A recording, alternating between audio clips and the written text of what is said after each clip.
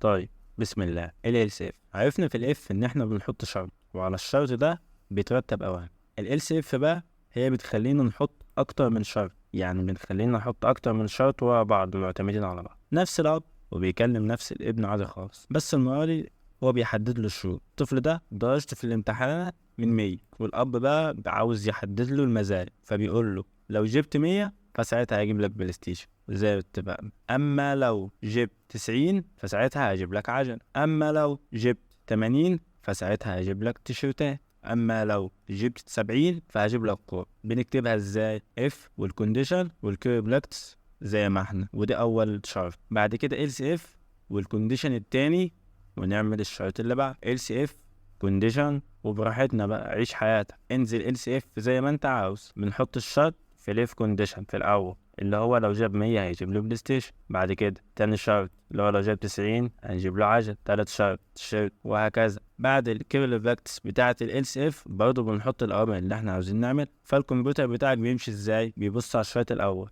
اتحقق خلاص، ما اتحققش انزل اشوف التاني، اتحقق تمام، ما اتحققش اشوف اللي بعده، وهكذا. تقول لي بس كده؟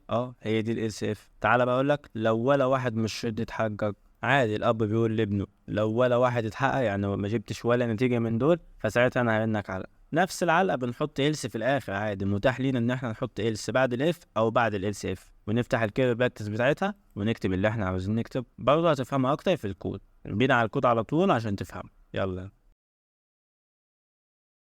طيب، بسم الله. في الفيديو ده هنعرف ال LCF اللي احنا لسه شارحينها من شويه كودينج.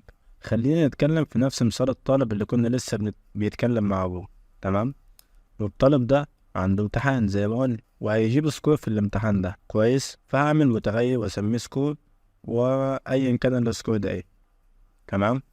فانا عاوز اقول ان لو السكور بيساوي 100 يعني هو نجح، فبالتالي اجيب له BS PlayStation 4 بس. كويس. طيب، كنا قايلين ان هو اما لو جاب مثلا 90 يعني else if في مسافة، مش لازقين في بعض، لا else if، وبنروح فاتحين نكتب الشرط التاني ان السكور بتاعه يكون اكبر من او يساوي 90.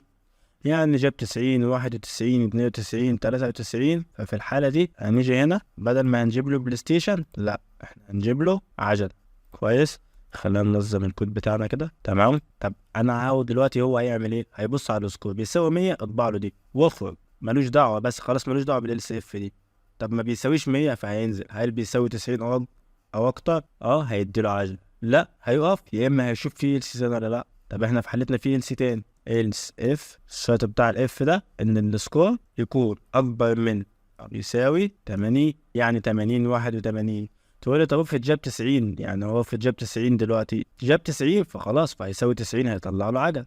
اقل من كده هينزل لل80. نفتح هنا الكيلوباتس بتاعتنا ونروح كاتبين ان هو لو جاب 80 هجيب له بدل العجله وبدل البلاي ستيشن، لا انا هاجي هنا واجيب له تيشيرت. تمام. طيب اهو اخر حاجه كنا قايلين له ان هو خلاص ان جاب 70 فهجيب له كده ايه؟ كور. ناخد ده بقى اختصار للوقت، كنترول سي كنترول في، تمام؟ وهنشيل دي هنروح مخلينا 70، وهنجيب هنا هنروح مخلين دي بول. طيب دلوقتي هيحصل ايه؟ هيبص للاف، هل جاب 100؟ جاب، طلع له بلاي ستيشن، وقفت خلاص تكملش. طيب ما جابش 100 انزل، هل جاب 90؟ تمام، طلع له عجل. ما جابش 90 كده، ما جابش لا 90 ولا 100، اشوف هل جاب 80 او اكتر. طب بعد كده هل جاب 70؟ قلنا ان احنا في الاخر عادي نحط إلس، فانا اقدر احط هنا إلس وافتح كيرلي باكتس واكتب ان في حاله انك جبت كده اقل من 70 فانا هضربك. وقلنا الضرب عندنا بنشبهه بزد، تمام؟ طيب السكور بكام؟ خلينا ناخد السكور منه اهو، سي ان سكور، جاب البرنامج بتاعنا. طيب انا جبت 100، انا جبت 100 بلاي ستيشن 4، الله انا جربت، انا جبت 90 عجل. طيب انا جبت حاجه بقى تحت، لو جاب بقى 60 معنى ان هو جاب 60 ان هو ما جابش حاجه فوق ال70 خالص، ما جابش حاجه اصلا كده، انت فاهم؟ يعني احنا كان اخرنا هنا 70، كان اخرنا لو جاب 70 او 71 لفوق فهجيب له كور. لو جاب 60 بقى فبالتالي هيقدر. ولو كتبنا هنا بقى 50 40 55 31 اي حاجه طالما تحت ال70 فهيقول له ان ده غلط. اظن كده فهمنا ال سي اف سهل خالص وما فيهاش اي مشاكل. انا عاوز منك انت بقى برنامج، تمام؟ هتعمله انت، والبرنامج نفس البرنامج اللي انا فاتت بالظبط، اللي هو نم، هناخد رقم من اليوزر. حلو. ونشوف النم ده لو زوجي او فردي. لو زوجي بطبع له ايفن، ولو فردي بطبع له odd. كويس. بس قبل ما بشوفه زوجي او فردي، انا عايز اتشيك عليه الاول واشوفه لو يقبل الجسم على 10 فهطلع له كلمة توب. لو يقبل الجسم على 10 هطلع له ان الرقم ده توب. طب ما يقبلش، هنزل اشوفه هل ده زوجي ولا فردي. زوجي بطلع له ايفن، فردي بطلع له odd. لو ولا واحد من دول اصلا بطلع له ان الرقم ده صفر. تمام. وقف الفيديو واعملها. طيب في حال انك حلتها، رب تكون حلتها، تعالى افهمها لك معايا.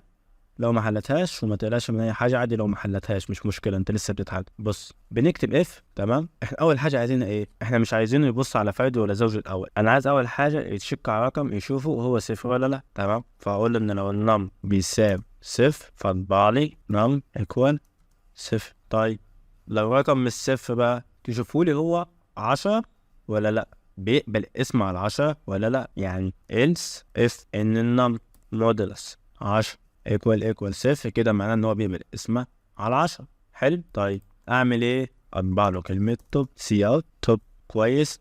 طيب انا كده خلصت من ان الرقم هيعدي على هيتشك الاول لو صفر هيعمل كده، بعد كده يتشك لو 10 هيطبع لي توب.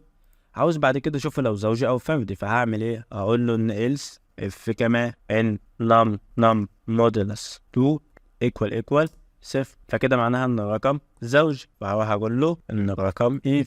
ناخد دي كومين. طيب هنا تشيل دي كده ونكتب if. طيب اخر حالة بقى else if ان الرقم num modulus 2 equal 1. ليه؟ عشان عندي اي رقم modulus 2 يساوي 1، ده معناه ان الرقم ده فرد. كل الارقام الزوجيه مودولس 2 بتساوي صفر، كلها بتقبل الاسم على الاثنين. انما نفس الارقام الفرديه كلها مودولس 2 بتساوي 1. طبعا الكلام ده مش قاعد على الصفر بره الاثنين دول. كويس.